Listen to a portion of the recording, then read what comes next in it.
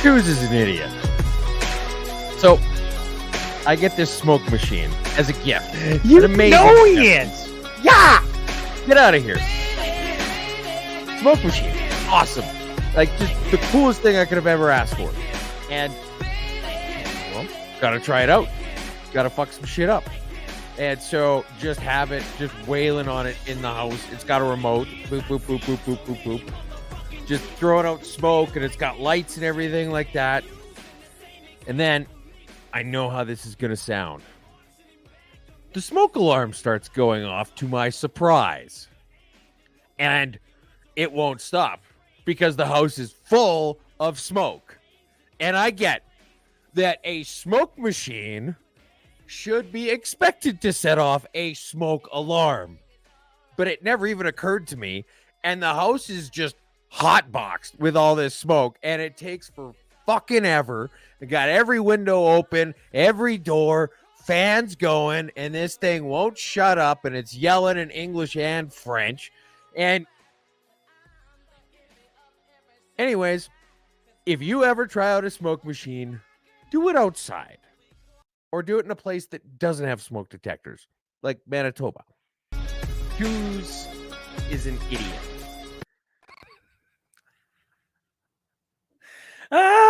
First Friday at 10 a.m. and Tooz is an idiot. Yes. I kind of like that segment. I feel like that's a good little segment. You know, instead of right a Tooz rant, Tooz is an idiot. It's right up there with the NDP is not a serious party. It kind of is. Yeah. It kind of is. Probably most people would lend a little bit more to the NDP is not a serious party at this point in time. Thanks for tuning in, folks, on our first Friday at the new time, 10 a.m. Good morning from, Joe Mama. Joe Mama. And let's have an awesome show. Yeah, absolutely. If Taylor coming in saying, hey, guys. So, yeah. Hello. Tooz, you went quiet on me. I don't know if that's something on your end. You still hear me? I can still kind of hear you. You just went from being loud to kind of quiet. That's all. Oh, I don't know. Does it sound normal? I think so. I guess to anyone in the live stream, we'd love it if Tooz sounds a little bit quiet. Let us know because we'll have him work on that. Welcome to Mashup 102. This is the new time, 10 a.m. on Fridays. To those waiting on the podcast, when it gets can't hear him worth the shit. It's quiet. Yeah, there's something going on Tooz's side, isn't there? While Tooz figures that out, welcome to Mashup 102. Oh, and then it goes all staticky. Tooz, I know you can hear me. You're sitting in the background. We'll go to me sitting here. Welcome to live streaming, folks. To the podcast listener, this gets aired. We'll put it up as soon as it's done, assuming Tooz figures out his audio. Either way, we're now at the new time, Fridays at 10 a.m., and we're coming in hot this morning. And everybody commenting, definitely quiet. Tooz, you back? How does your audio sound? I don't know. How is it? Way better. Yeah, I didn't do anything. You did something because you're blowing my eardrums now. You're blowing my some chords. Well, yeah. Okay, fair enough. Welcome to Mashup 102, where Tooz is an idiot, and we're having some audio problems. We figure we got them fixed now. Coots 2, 790 days. We got to find out a way to, I don't know. I mean, obviously saying it out loud every week, but like we're closing in on 800 days now. This is getting a bit ridiculous. It was ridiculous a long time ago. A cake with a file in it. Yeah, honestly. Yeah, I think that makes sense. I don't know, man. Like it's at what point does something like what's that international organization that you'd always saw the ads when you were a kid, that Amnesty International. At what point is some organization like that going to step in and be like, well, the dictatorial overlords in Canada have had these political prisoners and we're trying to advocate for their freedom? We're pretty much at that point where we're going to have Amnesty International trying to get our political prisoners freed, and we're going to have Rod Black and Sarah McLachlan walking around looking at sad-faced Canadian children saying $1 a day is going to make all the difference for their grocery bills. It's funny and it's so sad and disappointing all at the same time. Okay, Mashup 102. Funny. 102. Let's fire it off here, twos. Let's roll. Follow your nose. McDonald's restaurants in the Netherlands have debuted a revolutionary way to turn consumers onto their iconic burgers and fries by launching the world's first billboard that smells like their food. This is quoted. This is the first time that a billboard has been used to diffuse the McDonald's scent. Golden Arches reps described in a statement this week about the aromatic advertising initiative. They literally have a billboard where they put fries in it and breathe it out to the people walking around. Yeah, it's an interesting idea. I feel like they'd be better off with something that smelled better, but sure, McDonald's, fair enough. It kind of reminds me of that time when OJ killed his girlfriend and or his ex-wife and that girl's boyfriend, and then just left his DNA all over the crime scene. That's an interesting comparison. Yeah. Okay. Okie dokie. The DNP, It's a typo. It's a typo. The DNP are not. Damn it! Who screwed up the teleprompter? You know, Ron reads it out. I'm Ron Burgundy. The NDP are not a fiscally competent party. Well, here, we'll start provincial. The UCP emerged from last year with $1 million in the bank. The NDP, meanwhile, entered 2024 having erased their considerable pre-campaign war chest and sitting with a deficit of $624,000. The fact the NDP ended last year in a debt is even more remarkable when you consider that they entered 2023 with $5.5 million in the bank. And another telling sign of the competitive party support is a line item in the Elections Alberta report. The UCP reported $306,000 in membership fees. The NDP only $41,000. And then federally, the NDP leader Jagmeet Singh is currently topping out as the highest spending individual member of parliament in the House of Commons, while Conservative leader Pierre Poilievre ranks at the lowest. The latest figures on the MP expenses were released in late March, and they showed that for the first 3 quarters of the last fiscal year, Singh expensed $533,000, while Poilievre only $143,000. Now, I do want to point out Ottawa to BC travel, etc., but still, yeah, fair, completely understandable. But the NDP aren't good with money. I don't know if anybody. Is this breaking news? Is this breaking news that they suck with money? And even while they're trying to drum up support for their new candidates for leadership, they still aren't selling fuck all for memberships, and now they're broke. This is just like that time that O.J. Simpson killed his ex-wife and then ran out of money getting Johnny Cochran to defend himself. Is it going to be an O.J. Simpson's Friday? Is that what we're doing here?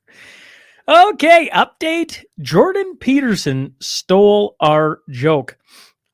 Ontario's publicly funded health insurance plan must pay for a special procedure in Texas for a not. You may remember this story from what was it, last week? Was it the week before? I can't remember. The guy was applying to get a penis and a vagina. He you can't make this up. And then the only people who would be willing to possibly do that would, of course, be the government. Okay. Ontario's publicly funded health insurance plan must pay for a special procedure in Texas for a non-binary person seeking gender-affirming care. The province divisional court has ruled the procedure not available in Ontario involves receiving a vagina while keeping a penis. The 3-0. It went 3-0 in Ontario's divisional court. Nobody ruled against this. And the procedure is a vaginoplasty without a penectomy. I can't believe I'm saying these words. Hey, or just for a penile preserving vaginoplasty, a procedure in which a vaginal cavity is surgically created while keeping the penis intact. There you go, keep folks. Saying vaginal. I don't know. There you go. Happy Friday. That should really fire some people up. You really got bogged down in the weeds on this one, Sean. You really went far into the bush.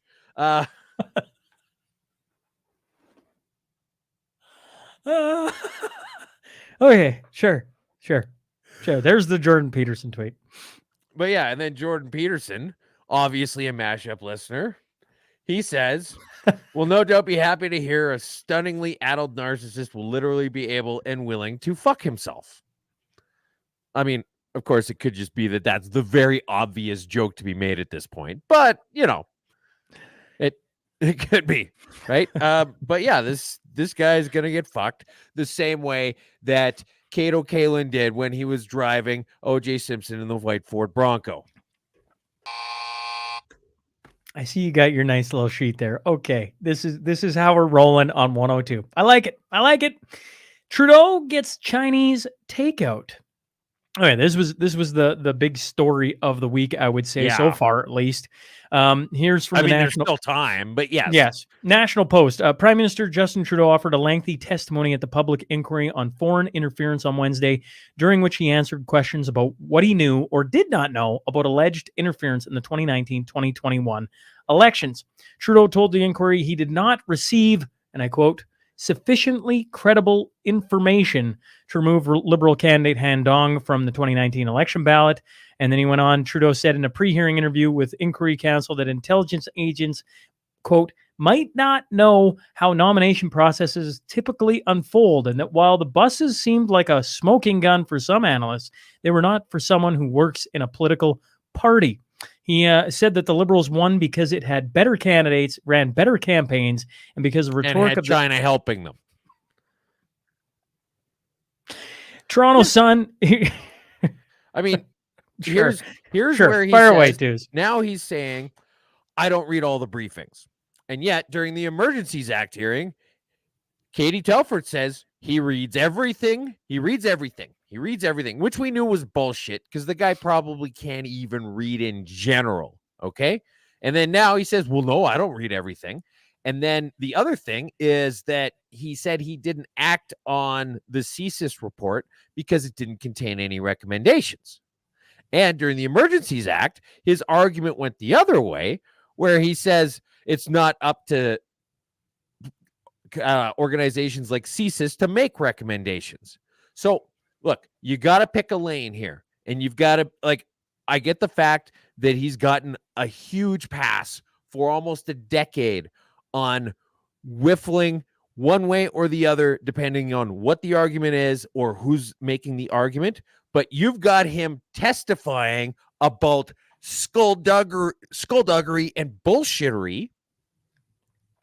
And he says, like, this is literally just a year later. He says, this is how we do things. And then a year later, he says, we do things the exact opposite way.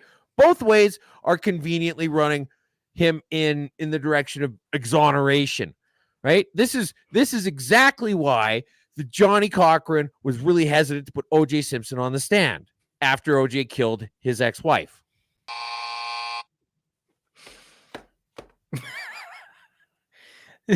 Twos needs a backdrop. You need to build yourself a little news desk on your side, I think. Update. MNP covers its tracks. I tell you what, did we break this story? I feel like it started.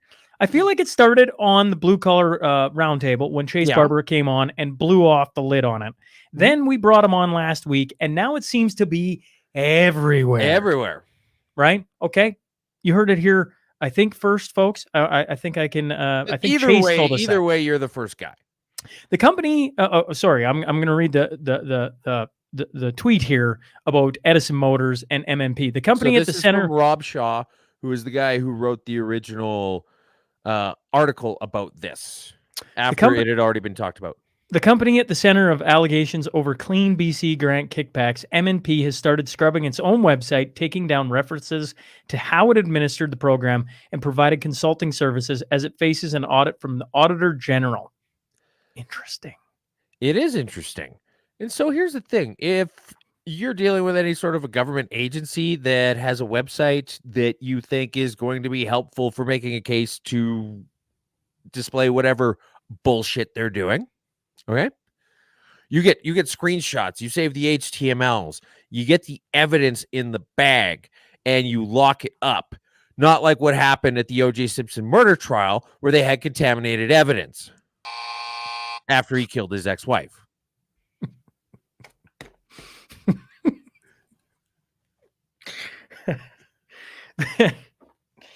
I don't know why it's so funny, folks. Maybe I'm the only one laughing. I don't know. Is anybody laughing on the at home or where at work or wherever you're listening from? remember Norm Macdonald?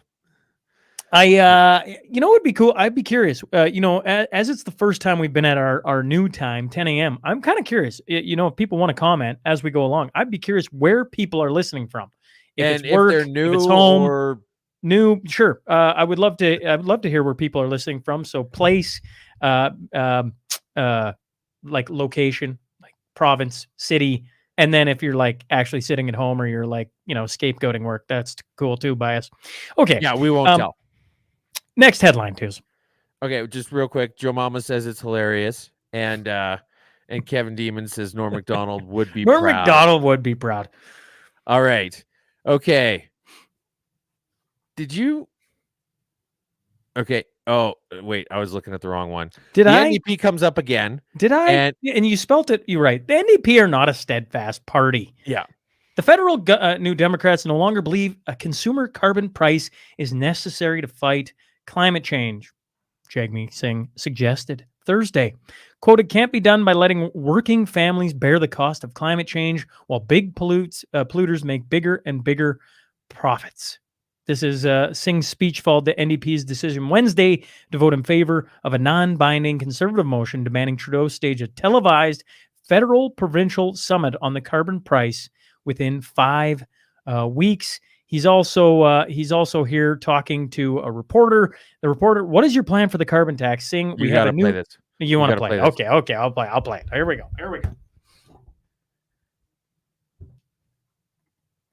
Carbon price. Well, what we want to do is we want to lay out our vision, a new Democrat vision for how we tackle the climate crisis. I don't want the burden to fall on working people. So we want to lay out our plan, which addresses the real solutions and using government power to tackle big polluters, and that unites working people together. So for the consumer price specifically, though, do you want to get rid of it? Do you want to pause it? Do you want to stop the hikes? Like, what are you proposing here?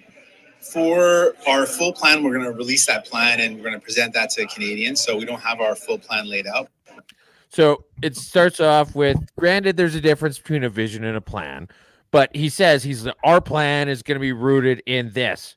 And then they're like, okay, well, what is it? And he's like, well, we don't have it yet. Okay. Now, this is the exact same party led by the exact same person who voted for the carbon tax that he's speaking against no less than 3 fucking weeks ago. Okay. So if it's such a bad idea, what changed in the last 3 weeks? Polling data, maybe? Maybe. Oh my God. I get it. You know, you thought it was a good fit at the time, and now it's not. Just like O.J. Simpson's leather glove. Okay, we got a bunch. We got New Brunswick, Okotoks grocery shopping, Lake Diefenbaker, Saskatchewan. I'm across that thing once or twice. Tisdale, Saskatchewan, land of rape and honey. Sylvan Lake, home office working. You guys are a great distraction. Damn rights we are. I wish you guys had a bit more fish. I'm not too far away. Agree. I don't know where that is. And Calgary. Keep commenting on where you're listening from, folks. We love it. We love hearing where everybody's listening in from. All right. Forest fire season burning climate credibility. Mm-hmm. So first, Canada's official drought monitor calls the current dry period on parts of the prairies extreme or exceptional. The parched fields and drained reservoirs, characteristics of recent abnormally warm seasons in southern Alberta, may also be a glimpse into the region's climate, future researchers say.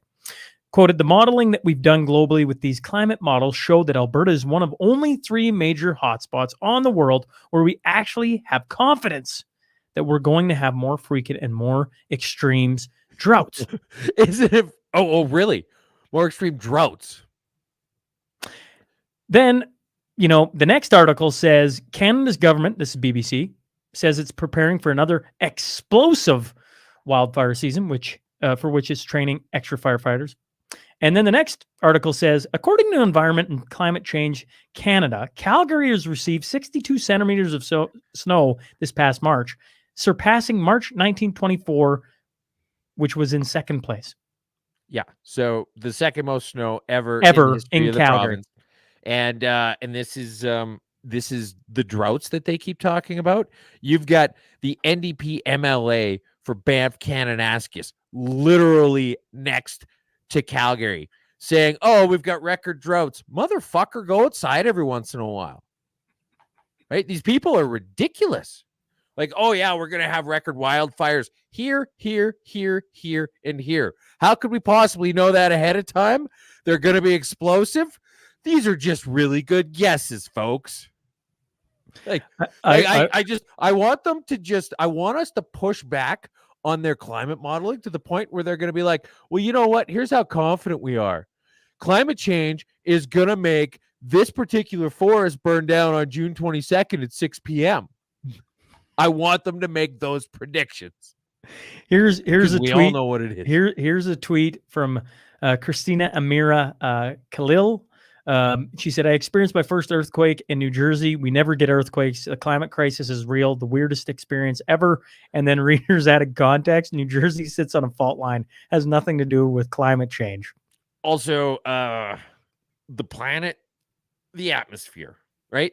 I don't think us having chlorofluorocarbons eroding the ozone layer is really going to affect the fucking magma underneath this planet. But maybe that's just me. I was waiting for O.J. Simpson joke and another slap. You got nothing there on? Okay. Oh yeah. No, sorry. I was just reading up the comments. I got distracted. So the thing about it is that they're anticipating this great drought, quite like the circulatory system of Nicole Brown after she was stabbed to death by O.J. Simpson. All right. Emerald Park. I don't even know where's Emerald Park, Saskatchewan? I don't know. Zippy, where's Emerald Park, Saskatchewan? All right. And in the meantime, we got driving between Hinton and Edson. Yeah, there's Great Fault of Human Nature. And then what? No OJ reference? Sorry, yeah, guys. I was waiting. Joe Mama, I was waiting for it too. Doing a bunch of things all at the same time. Can't multitask. Partisan says the quiet part out loud. Here, we're talking the tweet. Yes, I want to make sure I got this right. Dwayne Bratt. Yes, here's Dwayne Bratt. Do you want me to read the entirety twos? Or are you looking specific? Just read that first tweet. It really paints a great picture. Individual faculty and faculty associations in Alberta are raising alarm over proposed new rules on accessing federal research funding, but post-secondary presidents and research directors have been silent. Yes, I guess they don't want to fear a clawback on their provincial grants. Isn't it so weird that when money gets involved and they look at the prospect of losing their funding, they're willing to say or not say exactly what the people providing the funding want them to say or not say? Isn't it funny? Like when you pay someone to have a certain view, they will have that view. And this is Dwayne Bratt is this NDP apologist pretending to be a political science wonk. And he is probably one of the most partisan people on Twitter, especially amongst people who are pretending to not be partisan. Okay. He's supposed to be Judge Ito in this, and instead he's Johnny Cochran. Right. And you know what? This guy saying, yeah, well, they're going to change what they say according to who gives them funding is exactly what we've been saying about that random co-vindication thing for the past several years. Yes, we have. I'm waiting for you to tag in OJ. Are you tagging in OJ or not? I talked about Judge Ito and Johnny Cochran. Oh, yeah, okay, fair enough. All right. Drunken sailors against liberal spending. 59% of respondents said they felt the government was spending too much, with only 18% saying they spending was within an acceptable range, and 8% reporting that the federal Liberals were underspending. Mm-hmm. Yeah, and then if you go to this chart that Kirk Lubimov put up, you've got 37% of NDP supporters think the Liberals are spending too much money. And only 30% of your voter base thinks you're spending too much money. And 37% of Liberals think you're spending too much money. This is how crazy the Liberals have gotten. Jagmeet Singh, the leader of the Socialist Party, is against the carbon tax. When have you ever seen the NDP go against a tax? And now the NDP think that they're spending too much money. How far off the fucking rails do you have to get before the socialist, economically illiterate idiots say, well, I think you might be spending a little bit too much money there? Oh my God, this chase just keeps going. Just like when OJ was running in the Ford Bronco.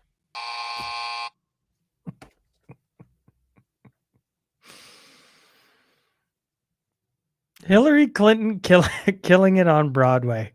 Hillary Clinton. Well, I'll pull up the tweet. What the heck? I might as well show. Do you want the audio? Do you want to hear? Do you want people to hear? I think if anybody in any of the comments has any sort of a breakdown, no, we can't show that on here. It says breaking. Right. Hillary Clinton releases feminist themed Broadway musical Suffs. Okay, play it, scroll somewhere to the middle, and let 5 seconds of it go. All right, here we go.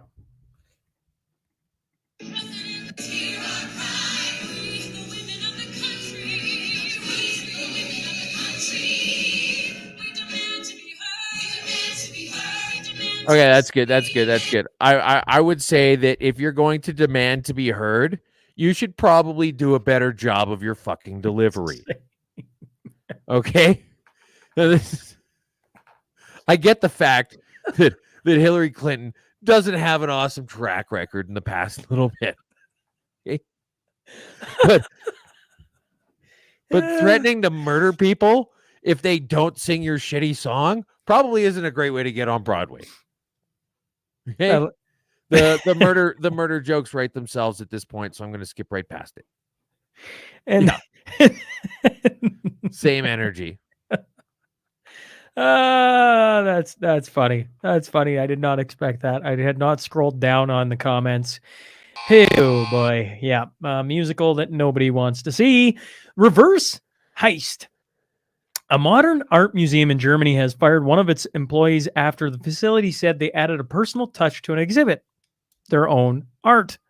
According to Munich newspaper, not going to say it, the self-proclaimed freelance artist was a 51-year-old who worked in technical services at the Pinakothek der Modern, a modern art museum that holds more than 20,000 pieces, including works by Pablo Picasso, among others. And for a short time, the employee was not named in the local report, but hung up a painting measuring 2 feet by 4 feet. A spokesperson for the museum told Zeitung they weren't sure how long the painting was up, but that they believe it was up for not very long. The employee had drilled 2 holes into an empty hallway to hang the painting, which the police are investigating for the offense of property damage. Citing police, the newspaper said the man had hoped hanging the art there would be his breakthrough to fame. As it turns out, it was. I think this is great. You know, we always talk about all these heists where there's all this planning on how to get in and escape with the valuables, whether they're jewelry at a truck stop or a picture of Winston Churchill or a truck full of bobbleheads. And here you've got a guy who's going to do a reverse heist where he's going to sneak in his stuff and leave it there. I like the thinking outside the box thing, right? I wish the article had a picture of it. I didn't see a picture of what he actually hung there. I would have liked to have seen whether there was, anything worth, paying attention to, or if it was, like this something that I would want to buy, or was it a stick man? Like I wonder how much it stuck out. Either way. But yeah, I think this is good. It's it's clever. It's like if you're gonna kill your ex-wife, you should also kill her boyfriend, just like O.J. Simpson did to Nicole Brown. Cheesy news. Americans eat enough grilled cheeses each year to fill 900 Olympic swimming pools. Americans will use anything but the metric system. That's where you're going. Okay.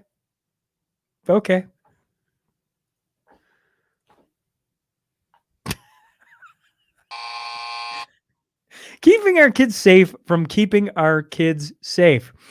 The British Columbia government has introduced legislation that it says will put in place 20-meter access zones from around schools to protect students from disruptive behavior, including aggressive protests.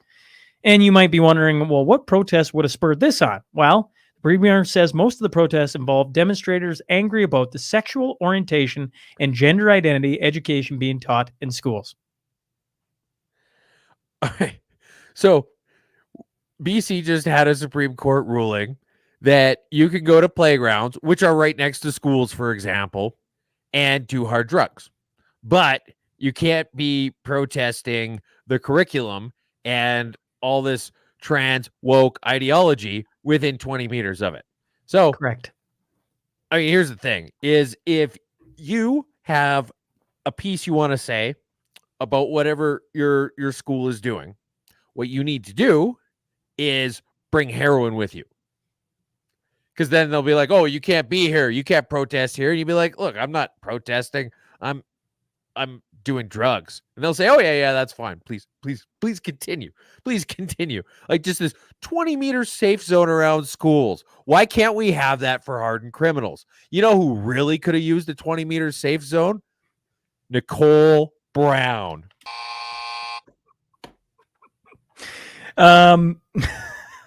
Here's Zippy, okay? Just east of Regina, right beside White City. That's where you go, okay? We also got... And Carla, that too was a belly laugh talking about the last one. And we got some Saskatoon coming in. And yes, okay. Yeah. Here's Glenn Guibert. The left coast of BC at work driving. Don't worry using voice recognition to type, oh, nice, like there wasn't lots of room behind me. Ding face.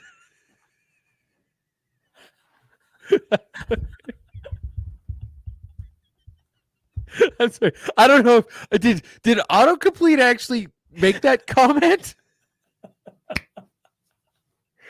Okay, all right.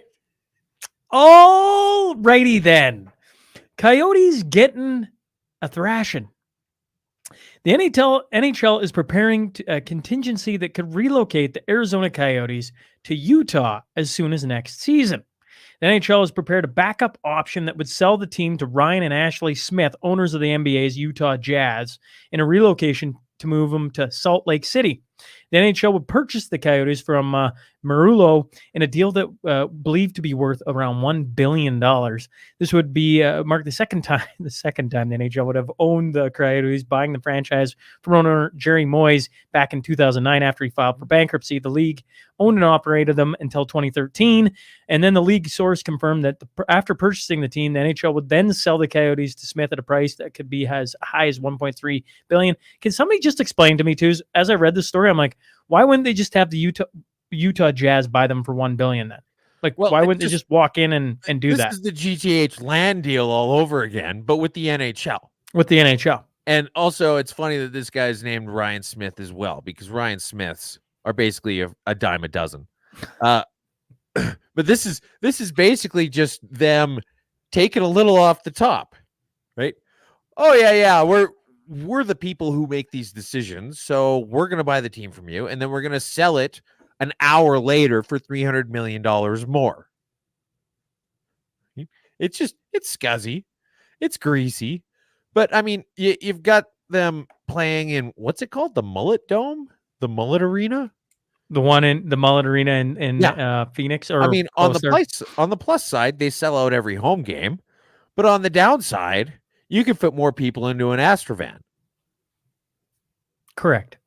They're playing in a 5,000-seat arena, and they still don't sell out every game.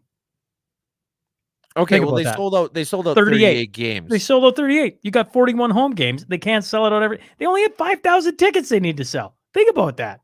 All right. Okay, so they sold out almost every single game. True. Which is pretty good. Calgary sold out like 3 games last year or something. That's because they suck. No, it's because it's ridiculously overpriced. That too. They suck and it's overpriced. I once paid like $150 to sit against the back wall. Have you ever sat against the back wall at the Saddle Dome or Rogers Arena or wherever the hell the Raptors play or whatever it is. Like it's a back wall, and that was like $150. We went That with was the last time I we paid went for a with in Minnesota. Wife's from Minnesota, right, Tooz? Mhm. We went to a Minnesota Timberwolves game, right? Because they're a decent team now, and Mhm. I'm no NBA fan, but I get looking at tickets, right? And my wife's cousin's husband. Hope that makes sense to everybody. So we're looking at tickets, and you're getting the screenshots where they are, and he's like, "Oh, I got great tickets." So we buy them, right? Whatever, decent price. And they were like, I don't know, $60, doesn't matter. And we're thinking, oh, we got these great tickets. What a great view. And you could like literally touch the ceiling of the stadium because we're that high. Like we had the worst seats in the house. I needed binoculars to just like, oh yeah, there's a guy down there, you know. And then like at that point in time, they were like 13-2 at home. And that game, they got shellacked. Like NBA just drives me. Well, it's kind of like watching the Oilers in the dark days, or maybe the Calgary Flames right now. You know, some days is just a little bit rough. Well, I mean, on the bright side, it was probably still better than a WNBA game, right? And I mean, they're not going to win any trophies anytime soon. Unlike O.J. Simpson, who won the Heisman Trophy before it was taken away from him after he murdered his ex-wife and her boyfriend.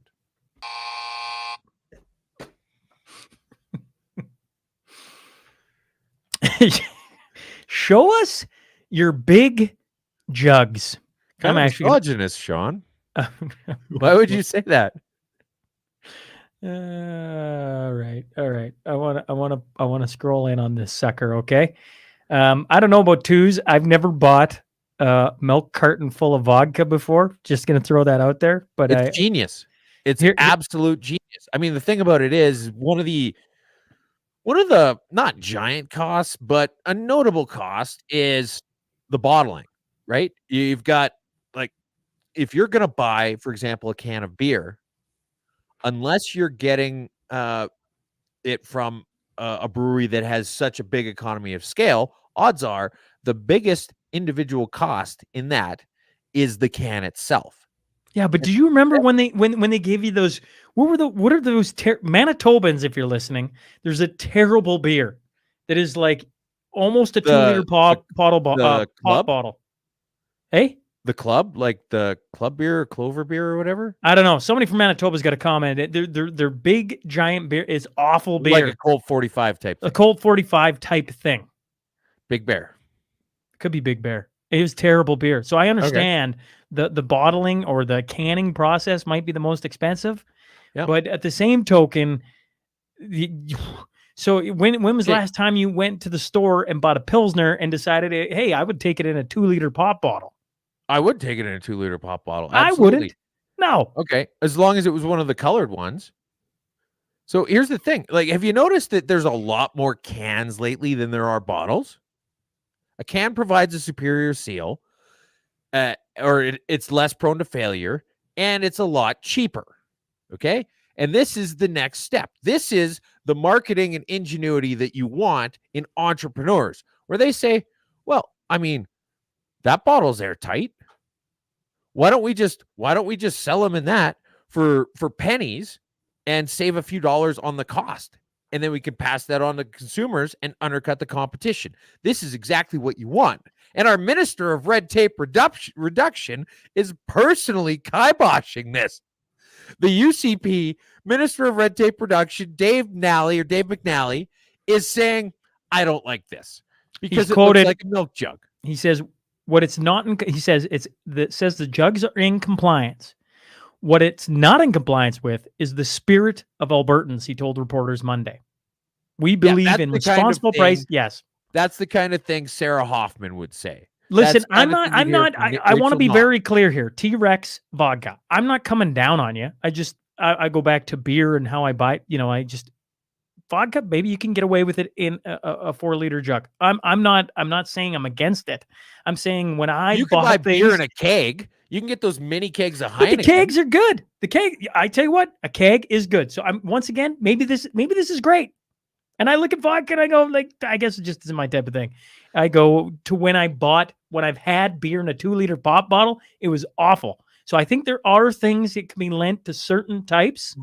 And maybe a vodka get away with a milk jug. That's what I'm saying. I've absolutely brewed test batches inside bottles, old pop bottles of beer, and it has turned out they've turned out good when they're good, and they've turned out bad when they're bad. And the bottle themselves had no reflection on that. Sean, this is the ingenuity that Western Canada is known for, and the local Conservative Party is saying we're I not agree. interested. I understand what you're saying. Milk bags are the logical next step. Is Alan Kozak? Yeah, I mean, Glenn Giebert, I'd buy that. Yeah, interesting. I'm once again, I'm not against T-Rex the party jug. I agree with what you're saying. You can buy a Texas Mickey. What's the difference between that and a Texas Mickey, Sean? More expensive, and if you drop it, you're out $700. Well, maybe we should have a tasting test. It's just gonna bounce maybe we should get a glass bottle versus the milk jug carton. And I've been looking around for these for the past few days. I can't find any. Yeah, because I mean, like, I'll say this: our government has bigger fish to fry than the party jug. Like, give me a break. I would agree with that. All right. Thanks for agreeing with me, Sean. Crack babies are racist. Mandatory reporting of babies born dependent on drug. Mandatory reporting of babies born dependent on a drug their birth parent was taking may be coming to an end in Massachusetts. Mass General Brigham, the state's largest hospital network, is joining Boston Medical Center in revising its policy. And now, instead of relying on an infant's blood test results, hospital staff will only report a baby to a state investigator if there's concern about an imminent risk of abuse or neglect. And then I'll read a little bit about some of the comments here. We are committed to reducing the stigma and promoting health equity, especially for those affected by substance use disorder, said a spokesperson for the Executive Office of Health and Human Services in an email. Quoted, substances exposure alone does not automatically equate to abuse and neglect, and we will continue working with the advocacy community to determine what support an individual needs and how they can best access them. Further quoted, BMC staff are directed to report suspected abuse only after a child is born and if they have concerns about the parent's ability to safely care for the child, said spokesperson David Kibbe in a statement. BMC continues to advocate for reforms to state law for allow all pregnant people. Pregnant people. I didn't even catch that the first time reading it. Statewide to be treated with equity and compassion. Finally, Mass General Brigham said changing its child welfare reporting guidelines is part of a large effort to eliminate racism in the health system. Yeah. It's basically what they're saying is that all crack babies are minorities. And if you follow the set protocols for crack babies, you're disproportionately affecting minorities, and you're making the assumption that they're poor parents because the babies are born addicted to crack. And that's racist. This is the soft bigotry of low expectations, Sean, starting to get a sharp edge to it. Okay?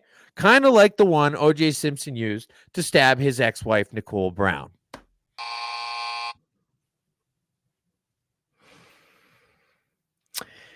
You can't take my guns when you can take my guns when you pry them from my cold, wet lake bed.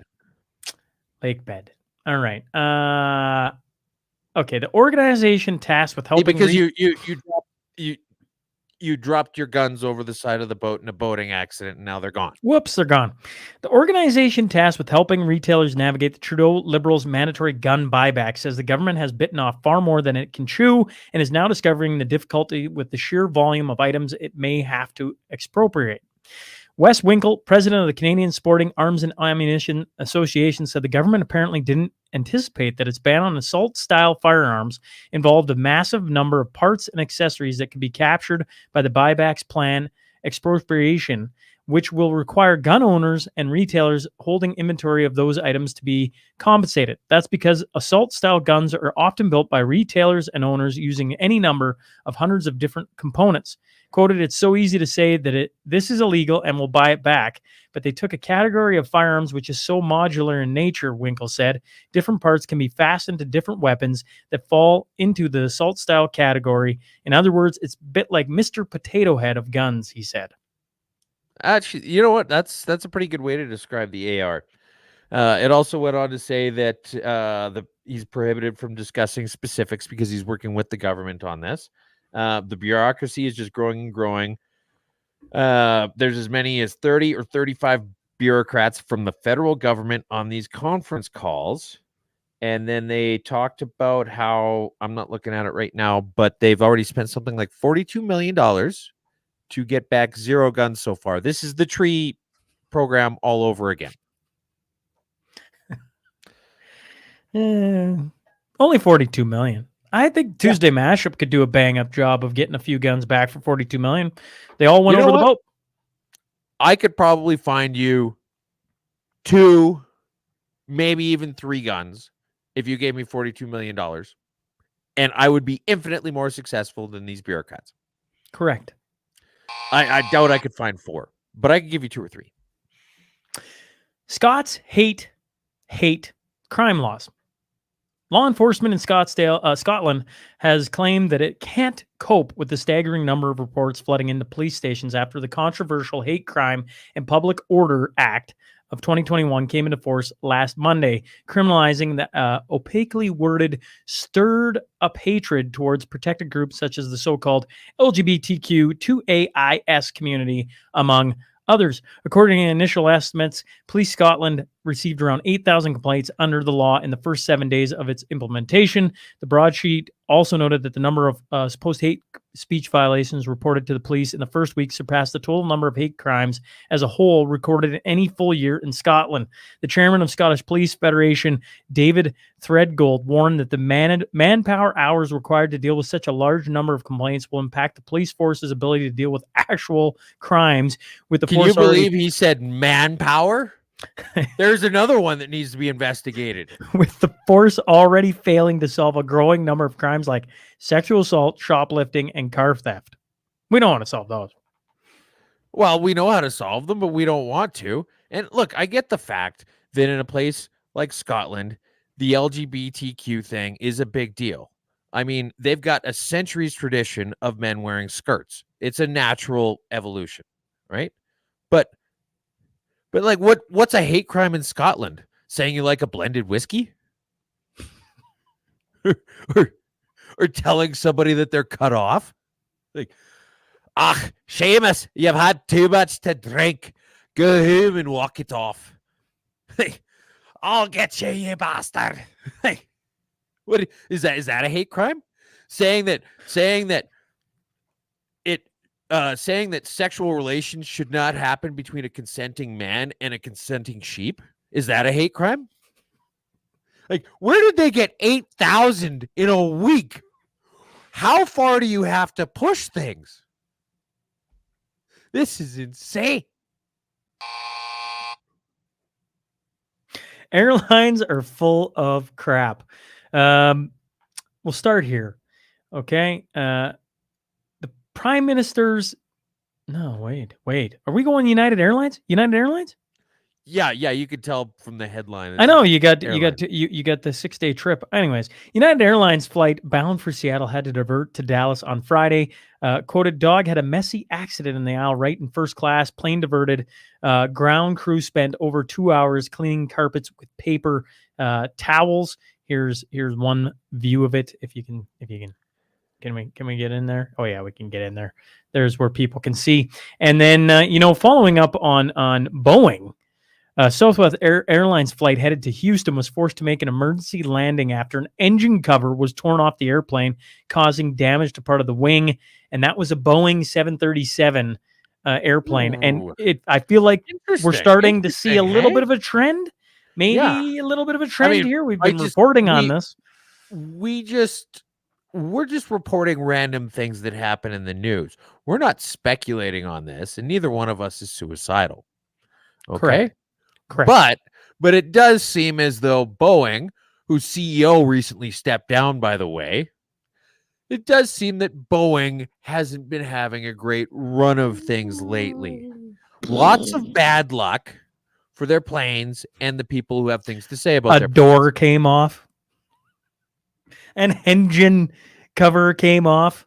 A whistleblower just died. Blew his whistle. Yep. Yeah. And then a dog shits on the floor. Correct.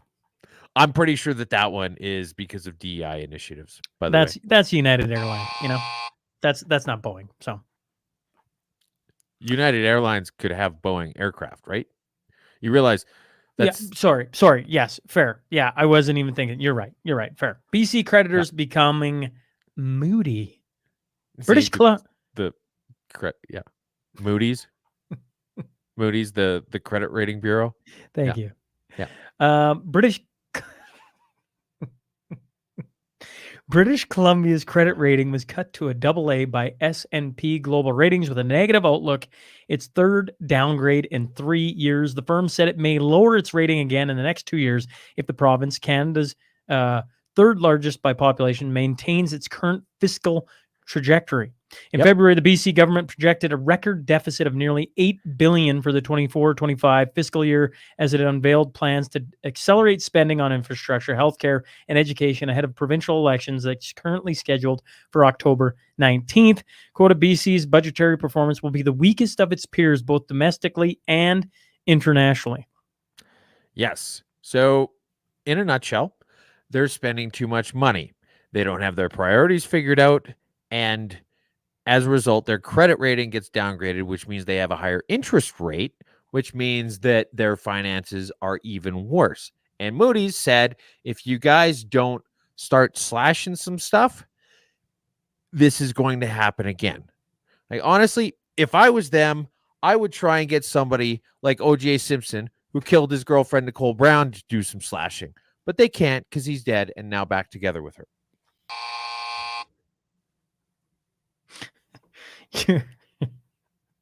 You're not the father, I think. A Canadian DNA laboratory knowingly delivered prenatal paternity test results. I'm going to pull it up just so people can. I want people to see. Here we go. There you go. There you go. Like Jack Frost from that weird cartoon from 10 years ago. I'll start again. A Canadian DNA laboratory knowingly delivered prenatal paternity test results that routinely identified the wrong biological fathers, ruling out the real dads, and left a trail of shattered lives around the globe. Harvey Tenenbaum, the one in the picture, the owner of Viagard Acumetrics, told a CBC producer with a hidden camera during a conversation in his office that prenatal paternity tests results that his laboratory produced for about a decade were never that accurate. The test was not that accurate, and we're leery of that test now, said Tenenbaum. So they've just been throwing out faulty random coin flip paternity tests all over the place. I don't know if you read through the whole article, but there's a woman who worked there in reception for a year, and she was instructed to get as much details from the women as possible about their ovarian cycles and what partners they were with at what time, so that they could just look at a calendar and say, okay, well, it's got to be that dude. That's literally how they did their tests. And you've got this long line of stories, absolute horror stories of everything you could imagine going wrong with this. Paternity stuff, people leaving the person that they're wanting to be with to go with the other person because they think it's the father, and then it ends up going in another direction. And like, worst of all, there's a guy who's got a tattoo of Travis on his arm, and then he found out later on that Travis was another dude's kid. And then he changed the tattoo to say Travis T. And all of this happened because that guy had these crapshoots of paternity tests. Like, I wonder if this was the basis that we built the COVID tests on, really? Like, did we look at this and be like, this is a pretty good business model? Let's just shut down entire industries based on random coin flip tests.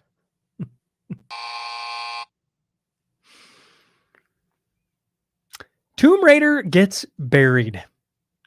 Well, hold on, all you Tomb Raider fans. British adventurer Laura Croft will transition from being a raider of tombs to a seeker of truth. Okay, quoted.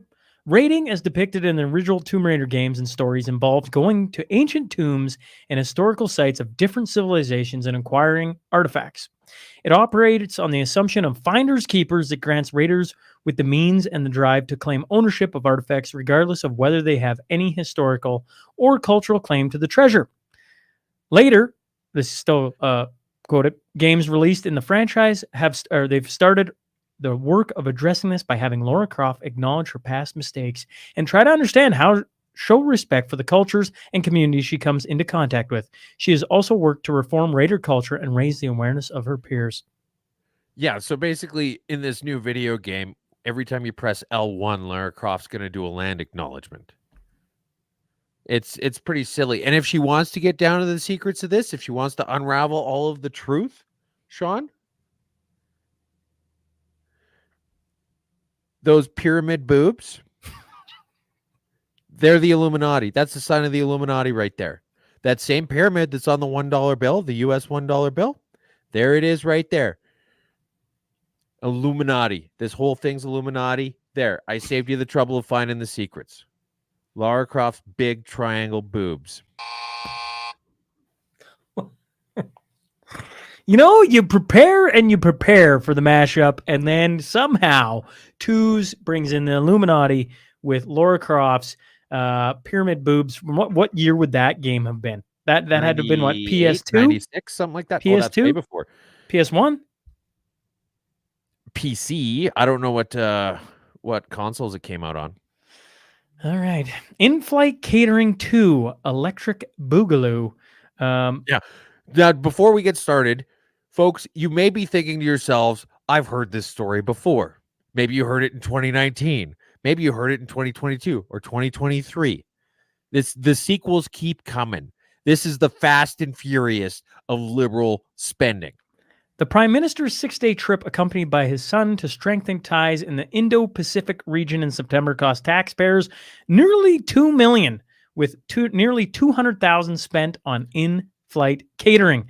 Costs for the trip included $190,000 in in-flight catering, $643,000 for aircraft handling and fuel fees, $422,000 for lodging, $129,000 for ground transportation, and $427,000 for RCMP security costs. This was a 6-day trip.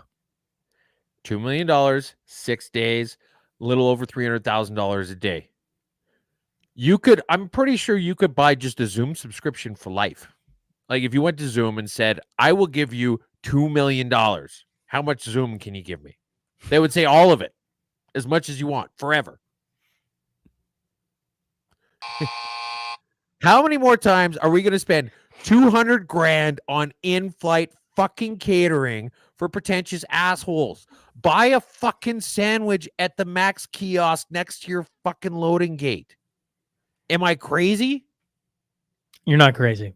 Heck, they don't like. We get pretzels. We get pretzels. Do you even get pretzels anymore? I don't even know. I don't know. You don't even get a full cake. You go. Can I have a glass of water? And they give you like this little tiny glass. They don't give you the bottle, right? They give it here. They must just like you just ask for it.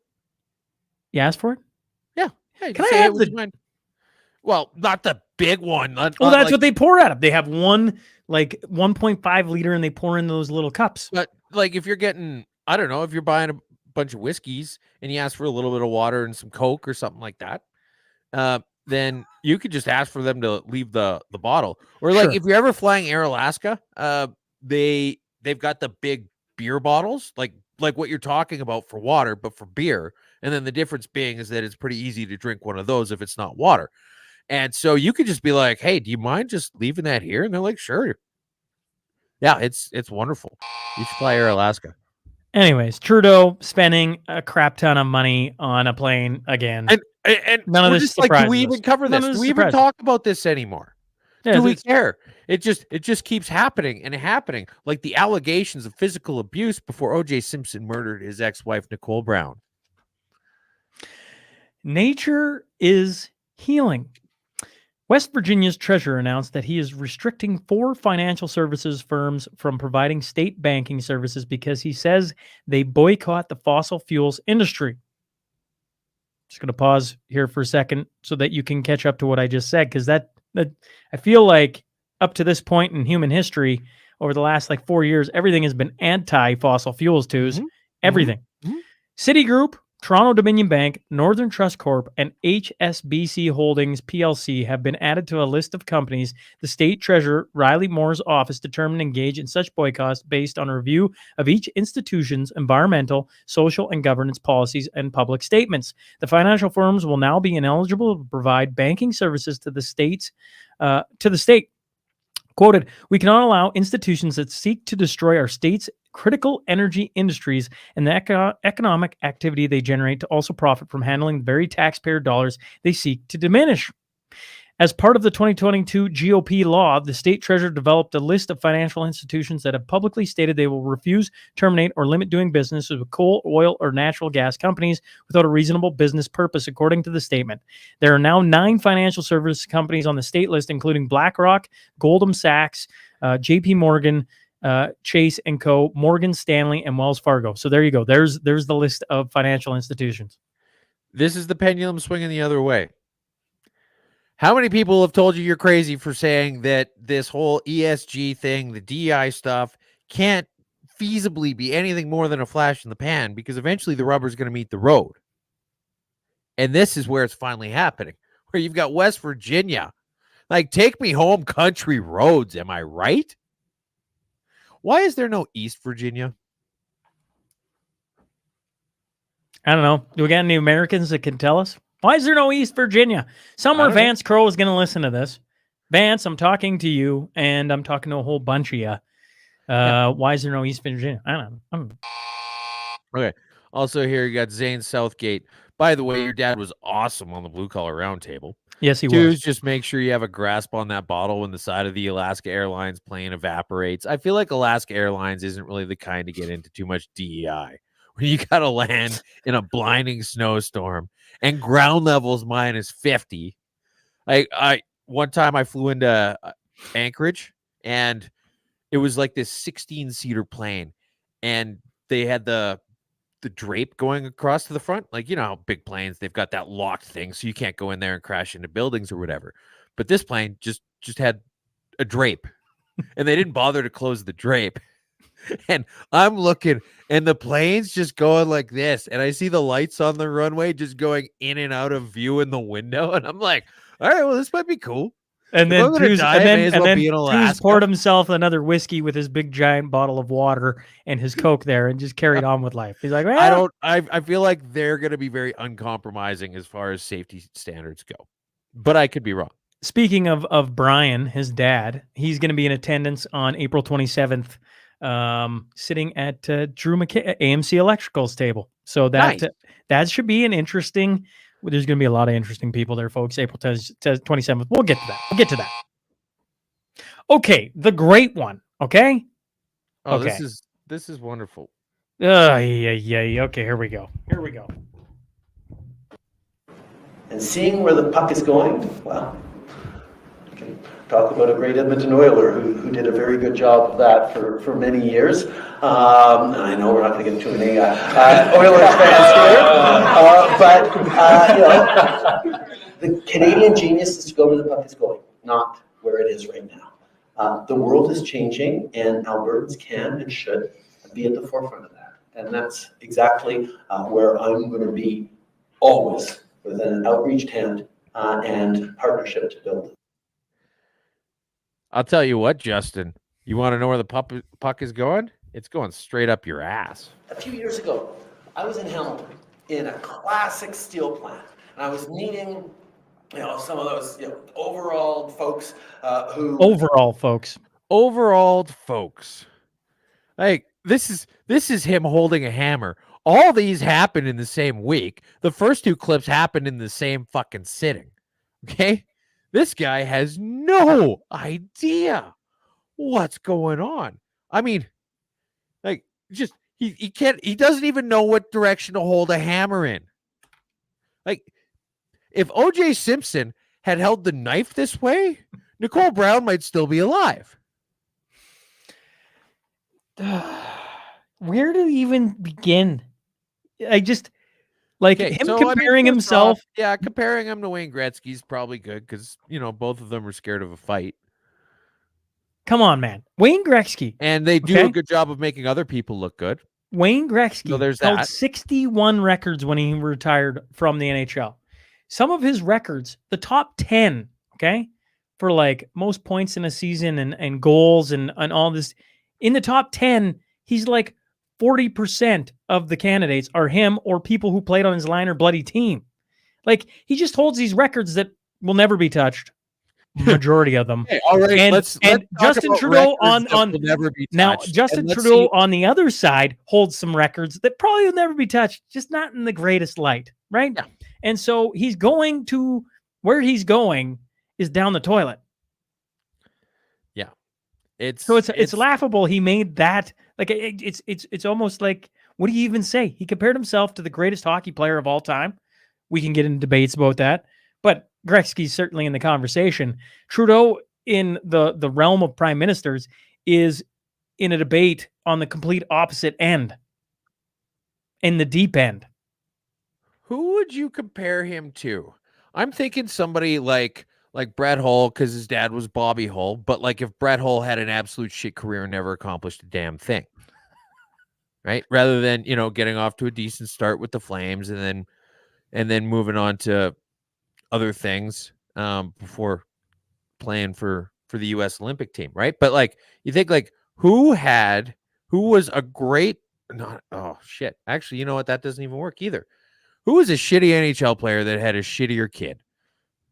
I don't know. That's a great question. Who's I have no idea. Who is the worst person to have ever played in the NHL? Well, worst, like you just drove you nuts. Like the guy who comes to mind is Sean Avery. Sean Avery was like, can we get this guy out of the NHL already? But he hasn't had a kid go play in it. So yeah, well, he's probably got a few running around. Probably. Worst NHL player ever. William Robert Mickelson is a Canadian former professional ice hockey defenseman who played in the NHL from 71 to 77. He's known for posting the worst plus-minus rating in a single season. Does he have a son? Minus 82. Does he have a son? For the Capitals, it's minus 82. I could play in the NHL, and I don't think I'd get minus 82. Yeah, you get minus 82. Don't kid yourself, Twos. Don't kid yourself. All right. Okay. We got. When they say anyone could have played with Gretzky and put up points, or anyone could play with Sidney Crosby, Twos probably couldn't, folks. Probably couldn't. I'm pretty sure I could play with either or both of them and put up points. You know what we should do? We should have a Tuesday mashup. Well, not a Tuesday mashup now. It's mashup. Mm-hmm. Mashup. Team Newman versus Team Twos. Have a like you're gonna put together your best hockey team, and I'm gonna put together my best football team, and we're somehow gonna come up with a scoring system. And we're gonna raise some money. Hey, wouldn't that be fun? Wouldn't that be fun? Bring on see if we couldn't lure some people to somewhere, an undisclosed location. Have a little bit of fun. I was talking with QDM. Yes. And I was like, QDM would be great in it. But I was specifically, next year, we need to get together and do a bonspiel or two. Oh, curling. Great. Yes. We can also have a team Newman versus a team QDM versus a team Twos and tack a few others there. And I'm going to need some help here, folks. So if you're a great curler, I need you reaching out to me ASAP because I can't do anything. If you suck at curling, I need you to reach out to Sean. Actually, no. If you're good. I like this idea. I like a general. We could have a mashup fundraiser of sorts to have a little bit of fun. I think that'd be a ton of fun. Could we do our own bonspiel? Why couldn't we? Why can't we do the mashup bonspiel? It doesn't have to be. We could pick a central location in a small town that probably needs a hotel, though. Probably needs somewhere where people can stay. I'm gonna probably stipulate that as a could be in Alberta. And then see if we couldn't line up a bunch of different people there. How much fun would that be? We'd probably do that this fall too. Oh, it'd be amazing. I don't think we have to wait a year. We could probably do that in 2024. I don't know. Yeah. I'm curious. I don't know. Would anybody be interested in going to Mash spiel. Mash spiel. I don't mind it. I don't mind it. All right. Let us know. Yeah, let us know. Happy news times 2. This. I have no idea what your happy news is. I don't think you had it What do you posted. mean you have? Oh, I might not put it up there. You didn't Okay. put it up. You didn't put it up, folks. Shoot, because it was one of the first things I came across, and so I already had it in my tabs, and I didn't think to add it later on. Mashup. All right, so Okay, let's hear it. Pompeii, buried in volcanic eruption. Sure. Still, lots of it hasn't been unearthed yet. Okay, but they're getting around to a lot of it, and they just made another big discovery of some really cool rooms that depict a bunch of actual mythology stories, right? And so they just unveiled these. This is fairly recent. Like literally just in the next day or the last day or two. And I know I was there, I don't know, 15 can you years zoom in ago. on that for the people watching and for me trying to see what you're seeing? Can you zoom in on what you're talking about? I'm in the wrong tab here. One sec. All right. All right. So there's that. I think there's a closer picture if you want to look at his. Oh, there you pecker. go. There you go. Yep. Yeah. So these were buried in volcanic ash for thousands of years. Yeah. There's a Oh, there. Look at that. Yep. Look at that. Look at that cute little hammer. All right. And then there's some boobs. Yep. This is definitely so. I mean, it's a cool place. Like you can go. Here's me in one of their root cellars or something like that in Pompeii. I don't know, 2008. I think. What did you think of Pompeii? Oh, it was amazing. It was phenomenal. I loved it. And then the other happy news. I don't know if you ever saw this, Sean.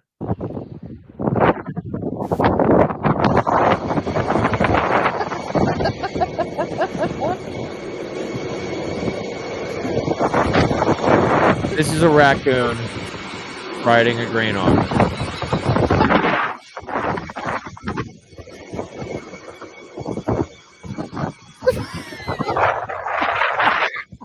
And he just keeps running back in. He just keeps running back in. He's doing another lap. Grain auger. Where is this? It's a farm. No, I realize it's a farm. Where is the farm, you jackass? All right. Some account. I don't know. Possibly Hisar, Alberta, or maybe he just found it. I don't know where Hisar is. That's awesome. That's so anyways, that's funny. our two happy things. Major archaeological discovery in Italy, and then a raccoon riding a grain auger. Sweet. That's pretty sweet. I'm all right. Mashup 102, folks. Community notes. Community notes. I realize. Okay, let's here. We'll see if I can. I'll get going on mine. I got one right here. Alberta pension plan event. You've got Fort Macleod tonight. Okay, Friday So night if in you're Fort listening to Macleod. this in the morning, it's already too late. Pincher Creek, Saturday, April 13th. Who's speaking there? You have Tanner Naday. I don't know if you know anything about him or not. He's I an do. economist. I do. He's running. He just did one in Lloyd. I know. Well, I know you. Yeah. Anyways. And Nadine Wellwood, who's a chartered investment manager.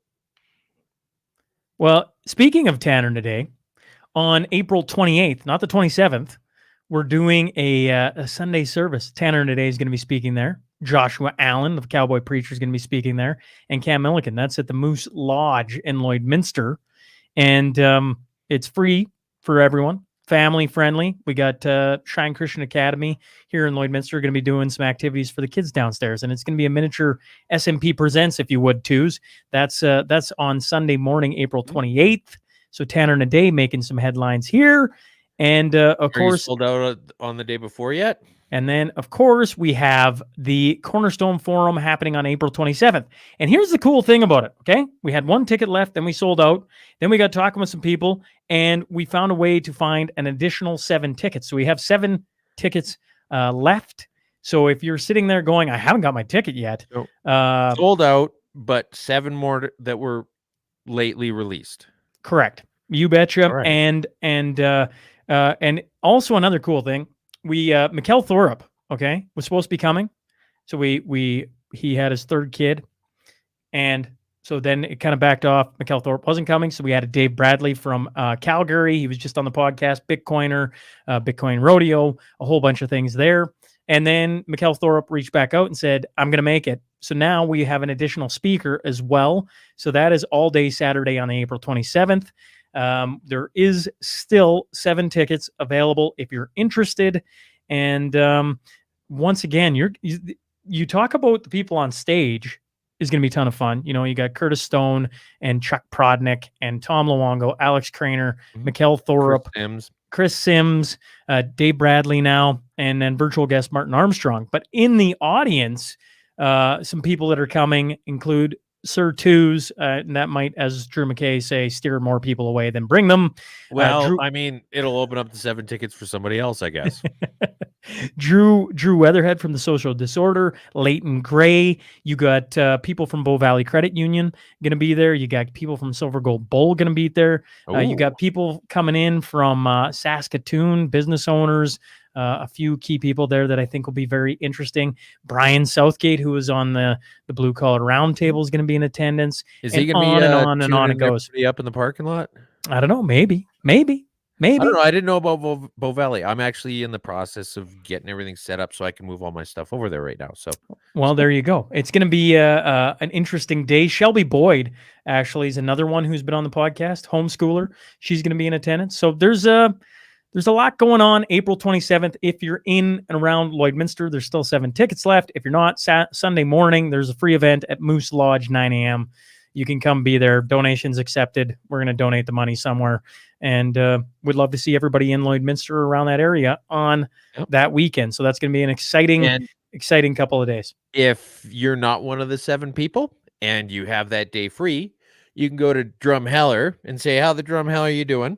Dress up as a dinosaur. And send us a picture. Dinosaur thing on the day of the S&P Presents. I would love nothing more than to have a whole bunch of people, if they can't make it to Lloyd, go there and send us some pictures. Shoot me some text of you being in Drumheller dressed up as a giant dinosaur trying to break the record. It's just bad luck twos that we can't be there.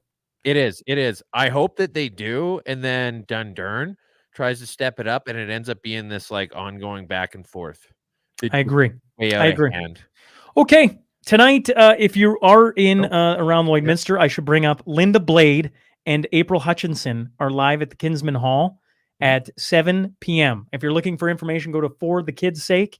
Those 2 ladies going to be in Lloydminster tonight. Just saying. And Zane from Southgate saying is the longest hockey game in Chestermere noted, running currently April 5th to 16th. I don't think we've brought that up, have we? I hadn't heard about it yet. I guess it's still going for a few more days. I don't know. Everything I know about it is contained in what you just read out loud. But Chestermere is having a hockey game, I guess. Clunker Dunker. As of right now, I don't think it had gone through. I know the back tire was getting off and low. Every day that it gets warmer, it's close to, if you're wanting to win some money. Just a clunk. It's gradually seeping downwards. Clunkerdunker.com. Clunker with a K, clunkerdunker.com. Go spend some money, support local community here, Kid Scotty, and possibly win a big pot. It was like 10 grand last time I checked. Ooh. So the number is up there. All right. Anything else, Jews, before we get out of here? Taylor says she was in Dundurn, so good for you. We didn't hear about it till after the fact, but we were pretty disappointed. But that's it. All right. 102, folks, in the books. Thanks for joining us. We hope we'll see you at 103. For those wondering, I'm going to say this one more time because we have changed times. 10 a.m. Fridays, we're live streaming on X, Facebook, Rumble, and YouTube. And if you want to follow along with us, come find it there. Otherwise, it airs on the podcast as soon as we get her downloaded and fired up. So thanks for joining us. If you hate the Oilers, definitely say so in the comments. We'll catch up to you next week, folks. Thanks, guys.